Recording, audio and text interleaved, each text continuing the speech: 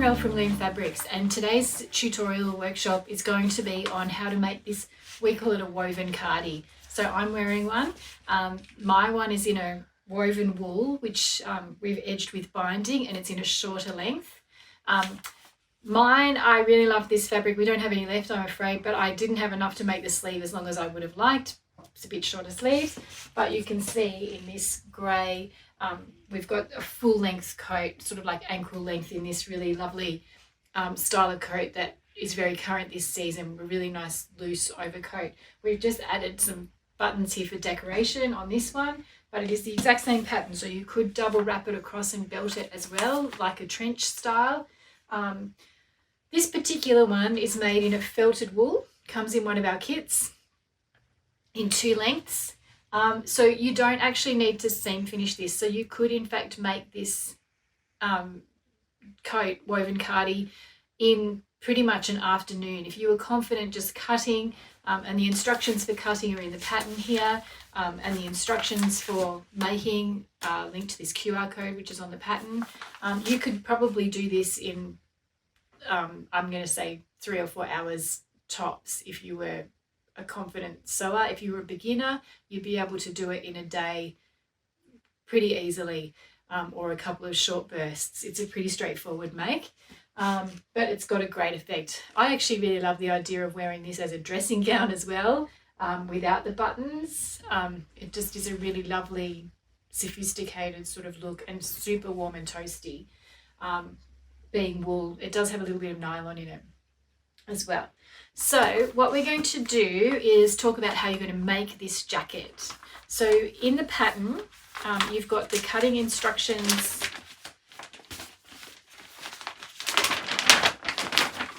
listed. I'm not sure if you can see that, but there's illustrations here of how to fold the fabric for different sizes and different widths of fabric. In our kit, in this fabric, I've actually cut it a little bit of a panel on the bottom to add extra length. So there's lots of different things you could do and play with as well if you're using other fabric. This pattern is also available on our website. You don't have to buy the whole kit. You can just buy the pattern if you've got some fabric at home. So I'm going to show you on the grey coat how we go about putting this together. We do have some other things that I'd like to just show you briefly to consider just before we go into the making. You just need to think about if you're going to do this in a felted fabric with a raw finish. This is not going to fray, and because it's a wool, it's not going to go through the washing machine on a rough cycle, so it's going to be fine. This particular coat that I'm wearing, our Cardy, it is a single layer of wool, and there's no facings or anything, so I've bound the edges of this, which is more time consuming and a bit more of an advanced feature. Beginners could do this part by hand. I've done this by machine, and if you do binding, I do recommend a narrow binding, not a wider binding, because there are a few corners and the wider bindings are harder to sort of miter around the corner, a bit more difficult. My particular coat is just overlocked and sewn together on the inside, and it's a bit messy finish. So I'm going to recommend, if you do, it's totally fine, but if you are a bit more of an advanced sewer and you want a nice look, maybe a Hong Kong seam like this with a binding, and it would look really nice if you used the same sort of binding on the finish as you've got here, or a reversible seam where it's just bound on one side and sewn flat is a nice option. This is a version of a Hong Kong seam, which is one of the seam finishes you could use when making our woven cardi. So basically what you're going to do is just sew a regular seam with 1.5 centimeters seam allowance, and then you're going to sew with binding. So this binding's just been cut out of a voile. It's a very nice fine binding, and it's just been sewn in about 1/4 of an inch or 1/8 of an inch, very close to the edge, and then it's been pressed across out to this side away from the seam allowance. So we've pressed it here, and then it's been pressed again and wrapped around the edge of the fabric, and then it's been stitched very closely. You can see, so what it's actually been done is it's been stitched from this side in the ditch here. stitched along in this stitch. And then we come along and we trim it really close. So you can see here we've trimmed this off. Now it's not going to fray because it's been cut on the bias, and that will sit really beautifully. So if you've got a bulky wool, that's a really nice way to finish the seams without using an overlocker, and just to make it look quite attractive without having to line the coat. So this is a self-bound seam, which is another method of finishing a seam. This one's partially constructed for our woven winter coat. So this is a nice way to finish the seam on the inside so that there's no overlocking showing and it doesn't need to be lined, and just gives it a really nice look on both the inside and the outside. So what you do in this instance is just join your regular seam allowance at both at 1.5, then press the seams open, or open them up. They don't have to be pressed open. Then we're going to use a bind. In this instance, it's been cut, purpose cut, but you could use a commercial bind, that's fine. And we're going to sew it. If it's a commercial bind, you'll sew it in the fold. Otherwise, we're going to sew it very close to the fold. So very close to the edge. Then we're going to press the binding back away and wrap it around the edge of the seam like so. And then we're going to stitch it. This is why we want the seams open, because we're going to stitch it just to this side. It's quite complicated. It's much easier to show you while I'm doing it. So we're going to stitch it down in the ditch like this. Then we're going to go in and trim back this second row of stitching of seam allowance. So we're going to trim that back narrow. You can see I've done an example here to show you. Once that's narrow and cut off, then we're just going to stitch this part of the seam flat.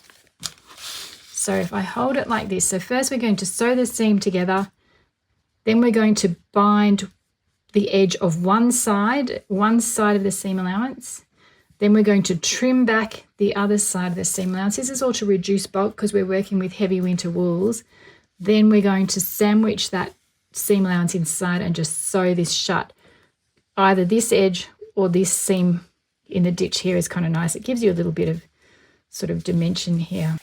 So this would be another way you could finish seams of bulky wool. This is for a boiled wool or a felted wool where it doesn't need any kind of seam finishing because it's not going to fray. So this fabric is like almost like a felt. It's not going to fray no matter what.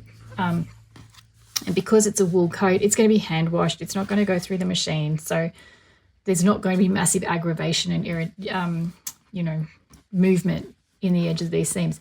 So there's a couple of different ways you can do it. You can either place the seam allowance on this particular woven cardi that we're talking about. It's quite easy to manipulate. You're not going to have to worry too much about overlapping and then cutting back if you don't want to.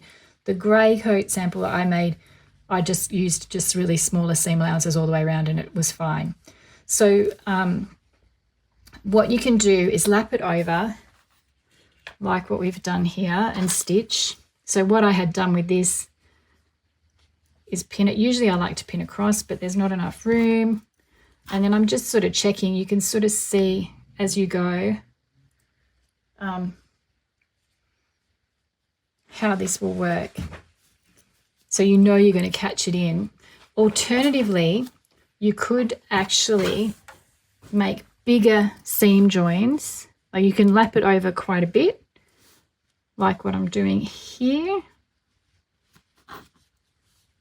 That way you know you're going to get it, and you can trim it back after you've sewn the seam. So there's a couple of different ways. You can also just sew these as a regular seam, just sew it together like a regular seam allowance and just not finish it if you don't want to. Another alternative is to do double layer coat, so it'll be super warm and it'll be reversible, and you'll sew the whole thing together, like make two coats essentially, and then stitch them together around the outside, leaving a gap, and turn the whole thing inside out, and that would be an easy way to finish all the edges, and you'd have a reversible coat, so it'd be almost like having two in one, and it'd be super warm. So we're only, just on halfway through this winter, and it's been a freezing one. So we sort of thought this would be a really good time to show you how to do this coat. So I'm going to show you on this particular coat how we go about putting it together. So once you've cut it, the first seam that you're going to sew is this seam in the center back neck. So in this particular coat, we've used a seam finish, like just a sort of sandwiched seam finish, so it's sort of reversible on both sides. You could sew this with just a regular seam.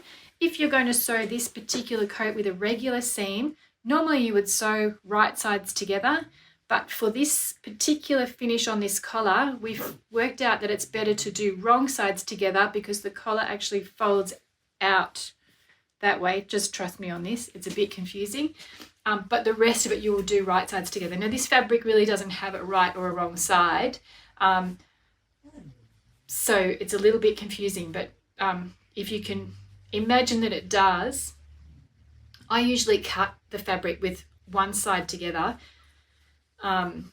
like when you fold it, and I just usually say that's my right side. So sometimes you can get some chalk on the wrong side and mark it. Might make it a bit easier to work it out. So the first seam you're going to sew is this little short one here.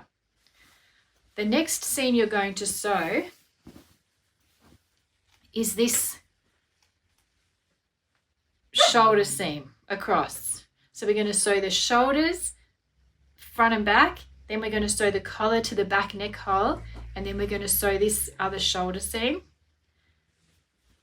Now if you were going to sew that in this fabric as a regular seam, it would be opening to here, and you could bind it if you wanted to or finish it in a nice way, but you don't need to seam finish, it's not going to fray.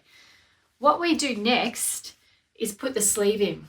So you're actually effectively going to have the front and the back joined, the side seams will not be joined, so you'll have this really long big garment in this particular instance, and we're going to put, that's my dog, you can hear barking in the background, she wants to be in here with us.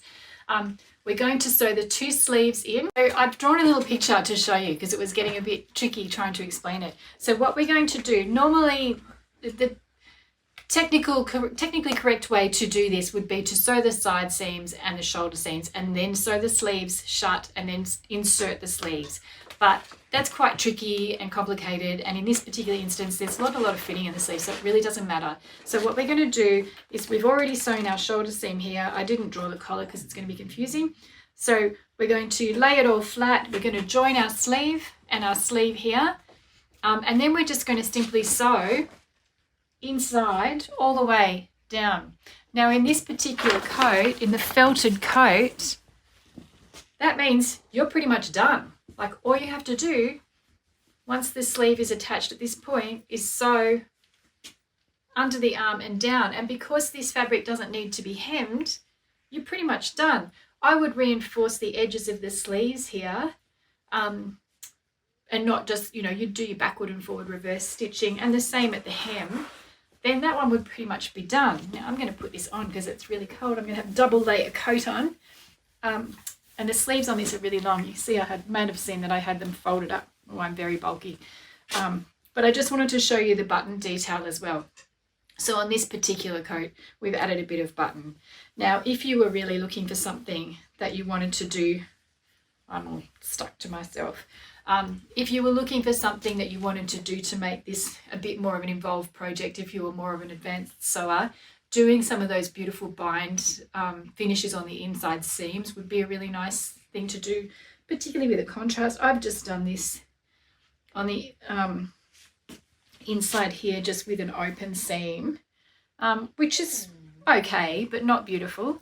But if you were a beginner, that's perfectly acceptable. There's nothing wrong with it. It's not going to detriment the garment.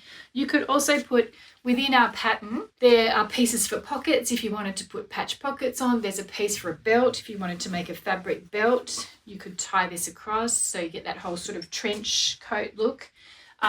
There's a whole lot of different options for giving this coat a whole lot of different looks. Another option I looked at just yesterday, in fact, I unpinned the coat that I'm wearing. I had it on the doll and I had it pinned in, like, this is actually a bit shorter than the crop level in the pattern. This is it hanging open.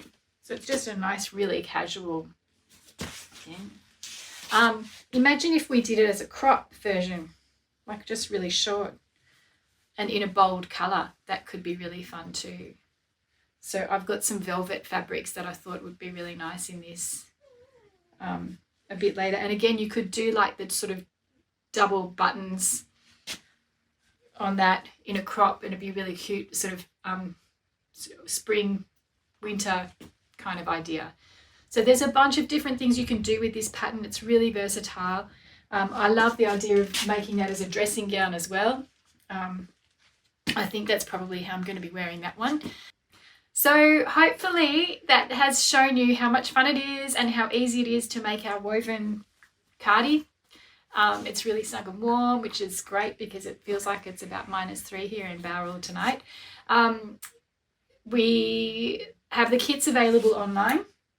So there's a variety of different kits that you can buy, which include the pattern, the fabric, thread, label, and a little happy pack, which has got some little treats for you to make the whole process even more fun. We have instructions online. The patterns are also available just independently. You don't have to buy the kit to get the pattern. Our website is loomfabrics.com.au. If you've got any questions, I'd love to hear them. Thank you.